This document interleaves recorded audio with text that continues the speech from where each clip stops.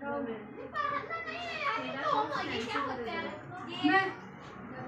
जा ही रही हूँ, मैं जाऊँगा हो गया 2 मिनट तो पक्की 2 मिनट सुबह की बैठ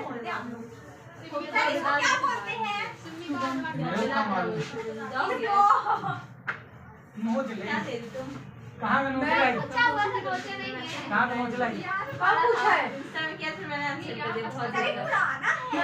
पूछा है वो दे रही हूँ बॉटल लेकर वो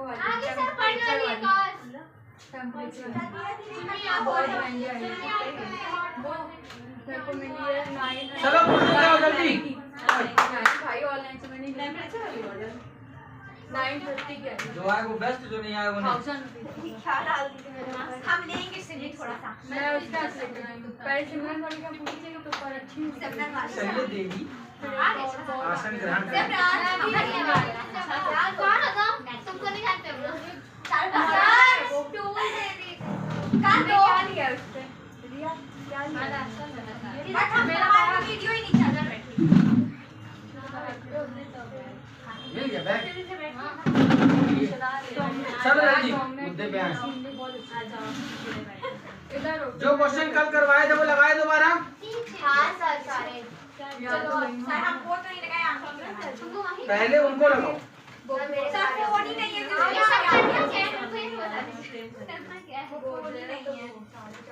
पापा बाहर गए। चलिए मुद्दे पे आते हैं। पहला what is quick ratio? What do you mean by quick ratio और what is quick ratio? Quick ratio का ही दूसरा नाम क्या है? जल्दी बोलो। क्विक रेशियो का दूसरा नाम नहीं, थ्योरी पढ़ा के आप थ्योरी खत्म कर रहे हैं।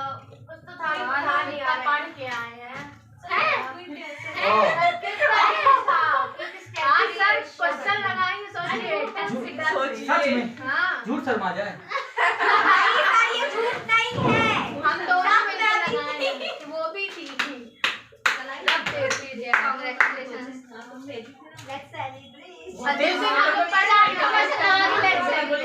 चलो मुद्दे पे आओ।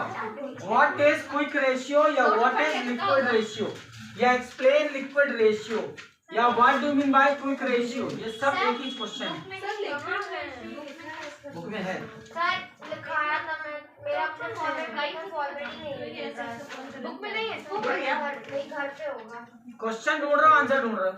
क्वेश्चन तो क्वेश्चन ढूंढो तो क्वेश्चन की जगह ढूंढो। क्या क्वेश्चन होते हैं थ्योरी में? क्योंकि स्टैट्यूटरी जहाँ न्यूमेरिकल दिए वहीं पे थ्योरी दी होगी इसकी। स्टैट्यूटरी रेशियो करके था क्या है लिक्विड रेशियो उसको बोलते हैं। चल क्या पूछ रहे हैं question? What do mean by quick ratio या व्हाट इज लिक्विड रेशियो? क्योंकि इसका दूसरा नाम है क्विक रेशियो दिया होगा, ढूंढो मिलेगा। नहीं मिलेगा तो ये मैंने भेजा उसमें तो है ही। ठीक है ना? क्विक रेशियो क्या होता है? क्या लिखा है पढ़ो। हाँ क्या लिखा है?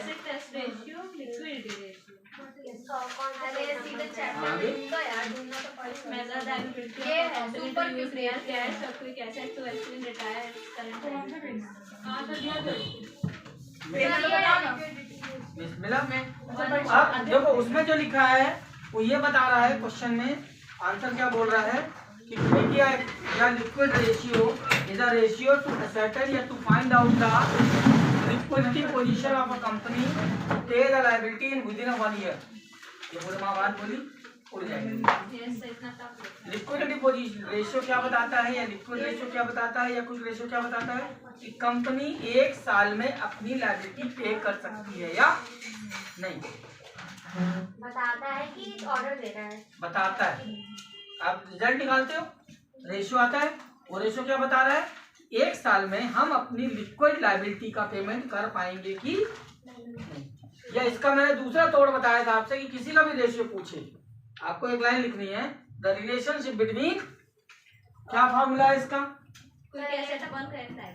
क्विक एसेट्स या लिक्विड एसेट्स अपॉन ये। तो हम क्या आंसर लिख सकते हैं with the help of quick ratio या liquid ratio we represent the relationship between quick assets and current liability. बात समझ में आई? जो बुक में लिखा है वो क्या लिखा है quick ratio represent that the paying capacity of current liability या quick liability with in a year. एक साल में हम लायबिलिटी का कितना पेमेंट करने में कैपेबल है, ये बताता है क्या? लिक्विड लायबिलिटी, लिक्विड रेशियो या क्विक रेशियो या एसेट टेस्ट रेशियो।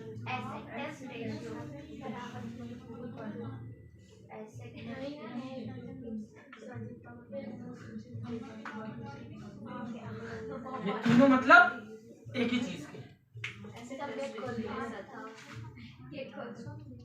डन है? कोई कंफ्यूजन? पहला डेफिनेशन क्या हो सकता है? Liquid ratio represent that the paying capacity of liability with in a year.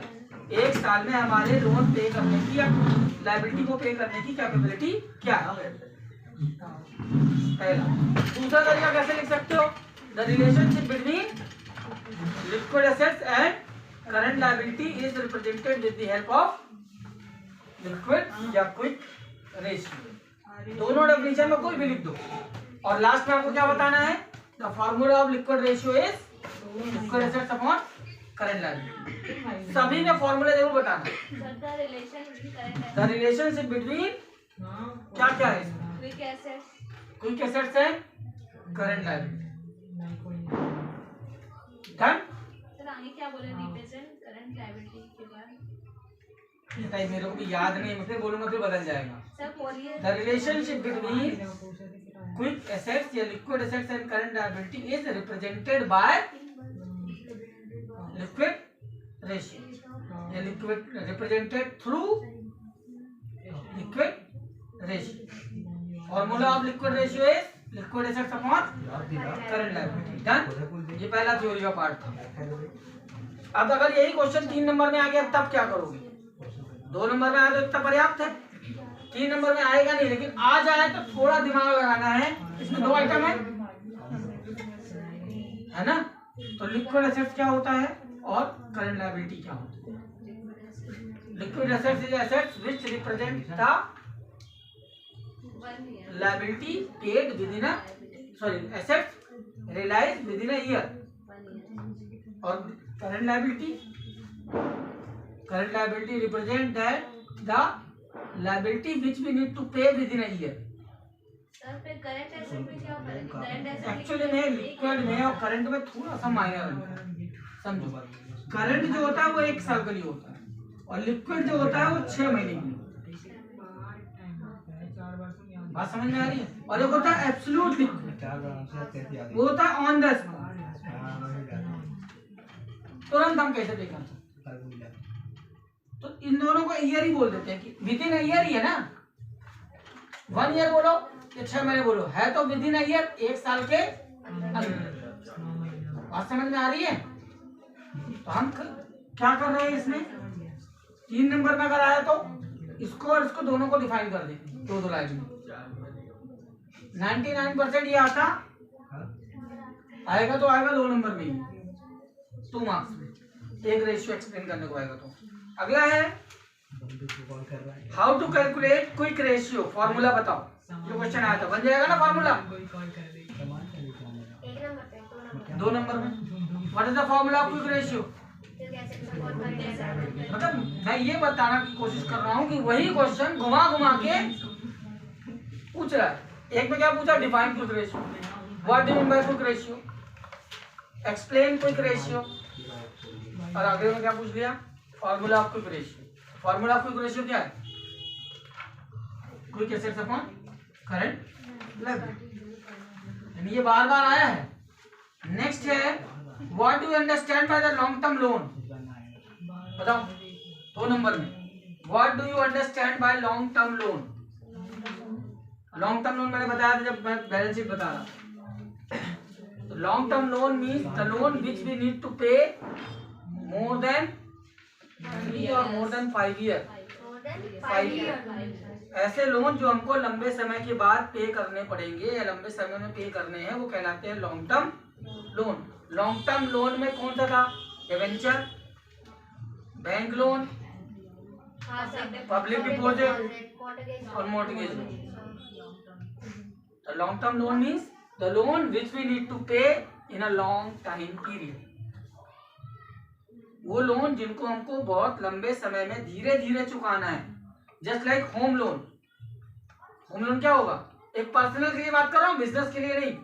अगर बिजनेस के लिए बात करेंगे तो मान लो फैक्ट्री लोन है या कंस्ट्रक्शन लोन है। अगर आप बिल्डिंग बनाने के लिए पैसा लोगे तो 1 साल में ना चुकाओगे, 10 साल में चुकाओगे, तो वो क्या कहलाएगा? Long term.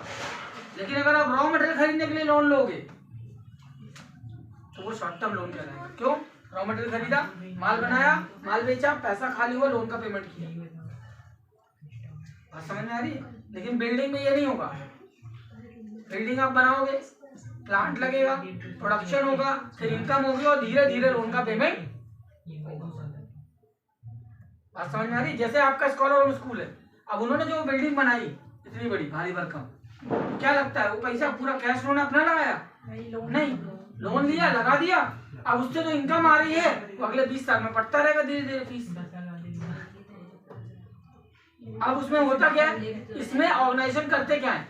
लोन 1 करोड़ का लिया, बिल्डिंग 5 करोड़ की बनाई। 4 करोड़ जो हमारा पैसा लगा वो कौन सा? जिसका हमने टैक्स में हिसाब नहीं दिया, पर वैल्यू क्या दिख रही है उसकी? 1 करोड़। बेचना तो हमको है नहीं ना कि हम जब बताते भागे कि ये 5 करोड़ का है, तो हम तब बोलेंगे ना जब हमको उस बिल्डिंग को बना के बिल्डिंग को बेचना हो। हमको तो उसको यूज करना है, तो हमने गवर्नमेंट से बैंक से 1 करोड़ का लोन ले लिया और उसको धीरे धीरे चुका। और जो 4 करोड़ लगाया वो हमने दूसरी ऑर्गेनाइजेशन से लोन दिखा दिया कि हमने वित्त स्कूल से लोन लिया है, ब्रांच 1 से। बात समझ में आ रही है? अलग अलग ब्रांचेस से लोन दिखा दे, तो ये होता है लॉन्ग टर्म लोन। फिर भाई क्वेश्चन वैसे ही बनेगा, what is long term loan? Define long term loan, what do mean by long term loan, explain long term loan. लिखना यही है जो अभी बोला कि the long term loan means the loan which we need to pay in long term और more than 5 year. वो कर्जे जो हम 1 साल या 5 साल से ज्यादा के समय में चुकाएंगे। ऐसा मैं क्यों बोल रहा हूँ? किसी बुक में लिखा है 3 साल से ज्यादा के लोन को लॉन्ग टर्म बोलते हैं, किसी में लिखा है 1 साल से ज्यादा को लॉन्ग टर्म बोलते हैं, किसी में लिखा है 5 साल से ज्यादा को लॉन्ग टर्म बोलते हैं। इसमें 3 साल के बिजनेस से पढ़े थे, 5 साल से, है ना? तो उसका सीधा एक तोड़ क्या है? We need to pay in long duration, लंबे समय में हमको चुकाना पड़ेगा, तो उसको बोलते हैं long term loan. What do mean by gross profit ratio? फटाफट जल्दी, जैसे अभी इसको बताया तुमने, quick ratio. Gross profit and revenue from operation आपके लैंग्वेज में बताया, कभी आप जान लीजिए। ठीक है ना? तुमने बोला gross profit ratio represent the relationship between gross profit and net sales या रेवेन्यू फ्रॉम ऑपरेशन। अब इसको बुकिश लैंग्वेज में अगर बदल लूं मैं तो the gross profit ratio shows the gross profit percentage out of sales. Gross profit का परसेंटेज बता रहा है किसके बेसिस पे? सेल्स के बेसिस, कि सेल्स के अकॉर्डिंग मेरे को कितने % का फायदा हुआ। या जो मैंने एक कॉमन डेफिनेशन बताई है वो क्या है?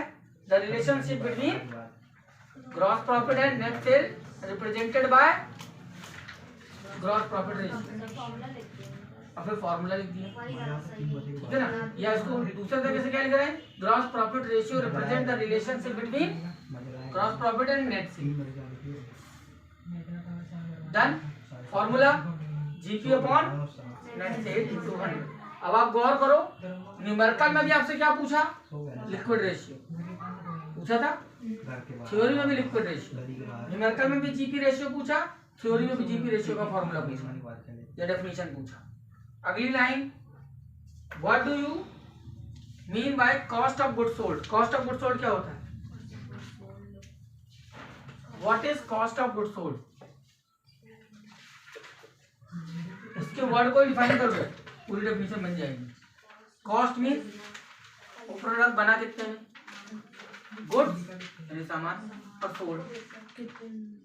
The cost of goods sold means the price of the goods which is the manufacturing price of the good is known as cost of goods sold. फिर से बोल रहा हूँ, समझना। Cost of goods sold means the price of the goods which we sold the manufacturing price of the goods which we sold. Cost of goods sold क्या है? The price of the manufacturing price of the goods which we sold. Product को बनाने में आने वाली price जिसको हमने बेचा है। कॉस्ट ऑफ गुड्स सोल्ड का फॉर्मूला बताओ जल्दी। Opening stock plus purchase plus minus purchase return plus direct expense minus closing. क्या फॉर्मूला था? अब देखो बड़ा कठिन लग रहा है ना याद होने। अगर कठिन लगे आपको ये याद है सबको। ट्रेडिंग अकाउंट याद है? ट्रेडिंग अकाउंट में 4 ही आइटम थे। ओपनिंग स्टॉक, परचेज माइनस, और फिर यहाँ खर्चे लिखे होते थे, यस या नो, और यहाँ होता था सेल्स रिटर्न और क्लोजिंग स्टॉक होता था ना। अब कुछ नहीं लगाना है दिमाग, ये सब प्लस में चले जाएंगे और ये माइनस में चला जाएगा, ये भाग जाएगा। ये फॉर्मूला देखो, opening stock plus purchase minus purchase return plus expense minus. सिर्फ ध्यान क्या रखना है, ये नहीं लेना है, क्योंकि अगर ये लिख दिया तो जीपी निकल आएगा। अगर हमने ये लिख दिया तो क्या निकल आएगा? जो 5वां आइटम इधर छूट रहा था। ठीक है ना, बात समझ में या नहीं? तो cost of goods sold means the manufacturing price of the goods which we sold. जो सामान हमने बेचा उसको कितने में बनाया, उसी को कॉस्ट ऑफ गुड्स सोल्ड बोलते हैं। And the formula of cost of goods sold is opening stock plus purchase minus purchase return plus direct expense minus closing stock. Done. तो ये हो गया आपका कॉस्ट ऑफ गुड्स सोल्ड क्या है। सब 2 नंबर में आए, ध्यान रखना।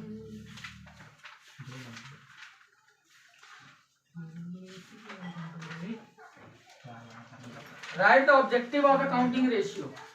अकाउंटिंग रेशियो क्यों निकाला जाता है या रेशियो हम क्यों निकालते हैं, ये पूरे चैप्टर का ऑब्जेक्टिव है। ठीक है ना, तो ऐसे कुछ ऑब्जेक्टिव होते हैं बेटा जो हर चीज कॉमन हो। क्या पहला ऑब्जेक्टिव क्या बना गया? Decision making. दूसरा फ्यूचर प्लानिंग। तीसरा फाइनेंशियल स्टेबिलिटी। ये वो पॉइंट हैं जो कॉमन रहते हैं हर जगह। मैं भी जो उसमें मैंने लिखे वो कुछ नहीं बोल रहा, अब उसमें मिले ना मिले। पहला क्या? Decision making. कैसे? जब आपके पास रेशियोज होंगे तो आप डिसाइड कर सकते हो कौन सा खर्चा ज्यादा हो रहा है, कौन सा प्रॉफिट ज्यादा हुआ कि कम हुआ। ठीक है ना। Comparative study. कैसे स्टडी कर सकते हो? पिछले साल 10% प्रॉफिट हुआ था, इस साल 7% क्यों हुआ? ये पिछले साल 10% हुआ तो इस साल 12% हुआ तो क्यों हुआ? बढ़ा तो क्यों बढ़ा? कारण पता होगा तो हम उसी एक्टिविटी को और ज्यादा बढ़ाएंगे तो 15% भी हो सकता है ना। और अगर 10 से 7 हो गया तो क्यों कम हुआ? जो कारण हम उनको रिमूव करेंगे तो बढ़ जाएगा। तो हम क्या कर सकते हैं? कंपैरेटिव स्टडी कर सकते हैं, हम फ्यूचर के प्लानिंग बना सकते हैं। हमारे पास जो भी प्रॉफिट है उसके हिसाब से हम फ्यूचर प्लान बना सकते हैं, फाइनेंशियल स्टेटमेंट को एनालाइज कर सकते हैं। And the last is decision making जो है ये प्लानिंग। तो फाइनेंशियल प्लानिंग का मतलब क्या है या फ्यूचर प्लानिंग का मतलब क्या है? हम रेशियो की हेल्प से फ्यूचर प्लान बना सकते हैं। जैसे कि एग्जांपल देता हूँ तुमको समझ में। अभी चुनाव हुए, इलेक्शन हो गए, पार्टियां जो जीतेगी हारेगी दैट इज डिफरेंट मैटर, कौन गवर्नमेंट में आएगा अलग मैटर है। लेकिन उन पार्टियों के एनालिसिस्ट होते हैं। वो एनालिसिस्ट क्या करते हैं? वो ये एनालाइज करेंगे कि हमको टोटल कितने वोट मिले। अगर 100 वोट पड़े तो भैया एक्स पार्टी को कितना मिला, वाई पार्टी को कितना मिला। इससे वो क्या एनालाइज करेंगे कि भाई अगर मेरे को 60% वोट मिला, इसको 40% वोट मिला, लेकिन गवर्नमेंट इसकी बन गई। क्यों? रीजन ये है कि भैया वोट तो ही ज्यादा पा रहा है, एक जगह की बात नहीं हो रही, पूरे एमपी की बात हो रही। मान लो पूरे एमपी में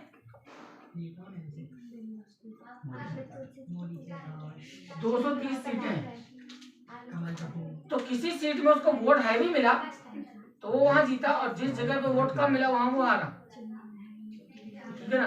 लेकिन ओवरऑल कैलकुलेशन हुआ कि तो 40% वोट वाला सरकार बना लेगी, कम कम मार्जिन से उसने सीटें निकाल दी। तो इस एनालिसिस से, वोट एनालिसिस से वो क्या करेगा, फ्यूचर का प्लान बनाएगा कि भाई मैं कहाँ कहाँ कम मार्जिन से हारा, किन पार्टी किन लोगों का वोट मुझे नहीं मिला। समझ आ रही? एनालिसिस किस काम आता है, फ्यूचर को प्लान करने के। ऐसे बिजनेसमैन क्या करता है, जो भी रेशियोज हैं वो सारे रेशियोज अकाउंटेंट निकालता है। आजकल कंप्यूटर का जमाना है, टैली में वो सारे रेशियो जो तुम कर रहे हो ना महाभारत, टैली अपने आप करके दे देता है। जब ये अपने आप निकल के आ जाता है ना, तो उससे क्या होता है, हम डिसीजन ले सकते हैं कि मेरे को यार इन्वेस्ट करना चाहिए कि नहीं। जैसे डेब्ट टर्नओवर रेशियो है, वो क्या बताएगा कि कितनी उधारी है, और वो उधारी को कैसे वसूल करोगे ताकि टाइम पे पैसा रिकवर हो जाए, अदरवाइज डूब जाएगा। क्योंकि आदमी उधार देने के बाद 10 आपने लिखा तो है, पर आप शर्म के बारे सामने वाले को बोल नहीं पा रहे। तो टैली क्या करेगा, उसमें आपने रिमाइंडर सेट कर दिया, हर 15 दिन में उसको मैसेज पहुंच जाएगा, भैया आपका 1500 बाकी है, जमा करो। आप बोल भी नहीं रहे, उसको मैसेज भी जा रहा है। तो ये क्या है, फ्यूचर प्लान बना देगा, उसमें हेल्प करेगा। फाइनेंशियल स्टेटमेंट जो आपका बना उसकी एनालिसिस हो जाएगी। And the last is comparative study. आप कर सकते हो कि लास्ट ईयर से इस साल क्या पोजीशन है, तो हम अगले साल के लिए क्या प्लान करेंगे। अब जो बुक में लिखी है, ये जो मैंने इसमें लिख के आपको दिए थे, इसमें लिखा था मेजरमेंट ऑफ प्रॉफिटेबिलिटी, प्रॉफिट का पता चल जाएगा। एग्जामिनेशन ऑफ सॉल्वेंसी, सॉल्वेंसी का मतलब होता है लोन पे करने की कैपेसिटी, कर्जा चुकाने की हमारी क्षमता क्या है। फिर examination of operational efficiency, operational efficiency word भारी भारी शब्द है। ऑपरेशनल एफिशिएंसी मतलब व्यापार करने की क्षमता हमारी कितनी है, ये पता चल जाएगा। कंट्रोलिंग में हेल्प करेगा। कंपैरेटिव स्टडी मैंने बता ही दिया। फॉरकास्टिंग एंड प्लानिंग ये भी बता दिया। प्लानिंग बताया ना, फ्यूचर प्लानिंग। फॉरकास्टिंग मतलब क्या होता है, अभी उसने बताया था बिजनेस स्टडी में, फ्यूचर का प्लान, ठीक है ना। ये वही चीजें हो गई। लिमिटेशन ऑफ अकाउंटिंग रेशियो, तो जो लिमिटेशन अकाउंटिंग की है वही लिमिटेशन रेशियो की भी है। अगर रॉन्ग डेटा होगा तो रॉन्ग रेशियो आएगा। इंफॉर्मेशन छुपाओगे सही रिजल्ट नहीं आएगा, ठीक है ना। इसको बोलते हैं मैनिपुलेशन ऑफ डेटा। डेटा को गलत बताओगे तो भी रिजल्ट नहीं आएगा। तीन चीजें बोली, तीनों डेटा से रिलेटेड। डेटा छुपाना, कोई चीज हुई, कोई एक्टिविटी हुई, आपने दिखाया नहीं, रॉन्ग रिजल्ट आएगा। डेटा को कम करके बताया तो भी प्रॉब्लम आएगी। डेटा को मैनिपुलेट कर दिया, मैनिपुलेट करने का मतलब इसका पैसा इधर दिखा रहे हैं, इसका पैसा इधर दिखा रहे हैं, तो भी रिकॉर्ड गलत होगा और रेशियो गलत होगा। अब इसमें क्या क्या लिखा है, फाइनेंशियल स्टेटमेंट, पहला प्राइस फ्लक्चुएशन। आज तो तुम्हारा प्रोसेस प्रॉफिट में बता रहा है, और मार्केट में उस प्रोडक्ट का प्राइस ही गिर गया तो तुम्हारी इंडस्ट्री अपने आप डाउन हो जाएगी। पिछले साल चाहे भले कितना भी प्रॉफिट हुआ, जैसे फॉर एग्जांपल इस साल खूब पेट्रोल वालों ने पैसा कमाया, मान लो अगले साल जो है 2024 में इलेक्ट्रॉनिक गाड़ियों का क्रेज बढ़ जाए तो क्या होगा, पेट्रोल वालों का बिजनेस डाउन हो जाएगा। अब जैसे एक टाइम आया था कि गर्ल्स जो है वो जीन्स वाली जर्सी जैकेट ज्यादा पहना था ना, एक टाइम डेनिम की बात हो रही, जीन्स वाला वो जैकेट बोलते हैं ना, क्या बोलते हैं, वो ब्रांड बोला हम लोग उसको वही बोलते हैं, लीवर वाला, ठीक है ना। उसमें क्या है, एक क्रेज आया, जब वो क्रेज चला तो कपड़े वालों ने खूब पैसा कमाया, 200 रुपए की जीन्स 2000 बिकी मन लगा के। अब वो क्रेज जैसे डाउन होगा, मान लो बिजनेसमैन क्या सोचे, पिछले साल में यार ये डेनिम खूब बिका है, खूब पैसा कमाए हैं, इस साल फिर से स्टॉक कर लेते हैं, और उसने स्टॉक कर लिया और फैशन हो गया आउट, क्या होगा, धरे रहो, इस साल लगाओगे एक में एक फ्री। बात समझ में आ रही है। तो ये क्या होता है, तो समय के हिसाब से चीजें बदल जाती हैं। अगला देखो, price fluctuation, lake of qualitative aspect, यानी आपने जो इन्फॉर्मेशन है वो क्वालिटीफुल नहीं है। क्वालिटीफुल मतलब सही इन्फॉर्मेशन नहीं थी। लिमिटेशन का मतलब है कहाँ रेशियो गलत हो जाएगा, फॉर्मूला गलत लगा दिया। अब जैसे मैं आपको बोल रहा हूँ करंट रेशियो निकालो, तो करंट रेशियो के आपको आइटम मालूम है, आपने एक आइटम छोड़ दिया, प्रीपेड छोड़ दिया मान लो 2 के से, तो क्या होगा, जो रेशियो आएगा वो गलत आएगा, और रेशियो गलत होगा तो आपके डिसीजन गलत होंगे, क्योंकि आप सोच के कुछ और चल रहे हो और हो कुछ और गया, ठीक है ना। टाइप ऑफ रेशियो ये जरूर याद रख लेना, ये 3 जो है 2 नंबर में आता है। There are 4 type of ratio, profitability, activity या टर्नओवर, लिक्विडिटी और सॉल्वेंसी। अब मैं इसको समझा दूं, आपको आसानी से याद हो जाएगा। प्रॉफिटेबिलिटी मतलब ऐसा रेशियो का नाम जिससे प्रॉफिट पता चले। बताओ कौन कौन से थे, 2 नाम बता दो। ग्रॉस प्रॉफिट है, profit. Profitability type of ratio है, तो पहला क्या था, प्रॉफिटेबिलिटी रेशियो। प्रॉफिटेबिलिटी रेशियो में gross profit ratio, net profit ratio, expense ratio, जो आपके प्रॉफिटेबिलिटी को रिप्रेजेंट कर रहा है। दूसरा है turnover ratio, stock turnover ratio, data turnover ratio, stock turnover ratio, capital turnover, data turnover ratio, creditor turnover, correct.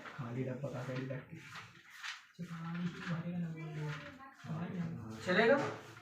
तीसरा क्या है, बताओ, थर्ड क्या लिखा हुआ है, liquidity, current ratio, liquid ratio और एब्सोल्यूट लिक्विड रेशियो, इसी को बोल देते थे। डन। अब 4th नंबर, अब ये बताओ 2 नाम ऐसे जो अभी आपने मैंने कल आपको बताए हैं, सॉल्वेंसी रेशियो, डेब्ट इक्विटी रेशियो और बन जाएगा। There are 4 type of ratio, 3 बड़े आसानी से याद हो जाएंगे क्योंकि तीनों का नाम ज्यादातर आप यूज करते आए हो, प्रॉफिटेबिलिटी, लिक्विडिटी और टर्नओवर, ये बस भूलने के चांसेस हैं। सॉल्वेंसी रेशियो में 2, डेब्ट इक्विटी और है, इसमें सब में अपन ने 27 तो पढ़े ना, वो 27 कहीं ना कहीं किसी न किसी में जाते हैं, आपने सब टिक भी कराया, लेकिन हम पूरे नहीं याद करके अगर इतना भी याद कर लेंगे तो 2 नंबर हमारा secured. There are 4 type of ratio. Number 1 profitability ratio which represent the profitability of business. Profitability ratio क्या बताएगा, बिजनेस कितने प्रॉफिट में है। टर्नओवर रेशियो क्या बताएगा, what is the turnover percentage of a business, business का turnover क्या है, चाहे वो डेब्टर का हो, चाहे क्रेडिटर का हो, चाहे स्टॉक का हो।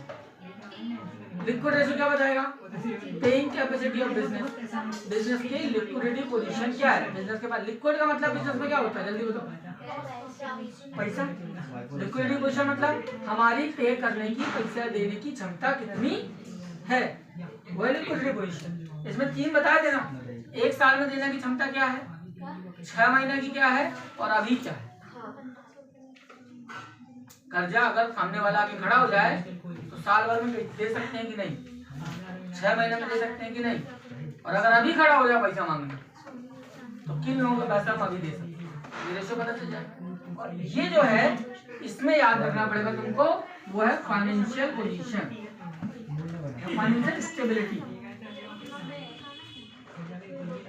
फाइनेंशियल स्टेबिलिटी यानी बिजनेस कितना स्थिर है, कितना लंबा बिजनेस चलेगा।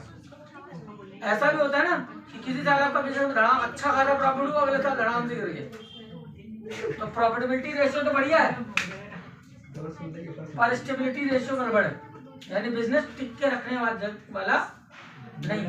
हो सकता है इसमें गलती क्या हुई हो, आपने शॉर्ट टर्म लोन लिया, बिजनेस किया, पैसा आया, प्रॉफिट हुआ, अब शॉर्ट टर्म लोन है ना, तो जो प्रॉफिट आया उससे क्या करोगे, लोन चुकाना पड़ेगा, तो अगले साल बिजनेस कैसे होगा, क्योंकि आपने शॉर्ट टर्म पैसा ले रखा था। आपने लॉन्ग टर्म पैसा लिया, बिजनेस किया, प्रॉफिट हुआ, लोन चुकाया, फिर बिजनेस किया, फिर लोन चुकाया, क्योंकि आप थोड़ा थोड़ा चुका रहे हो, तो आप बिजनेस लंबा चला सकते।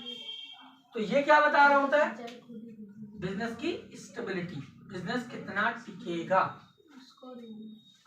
ठीक है ना।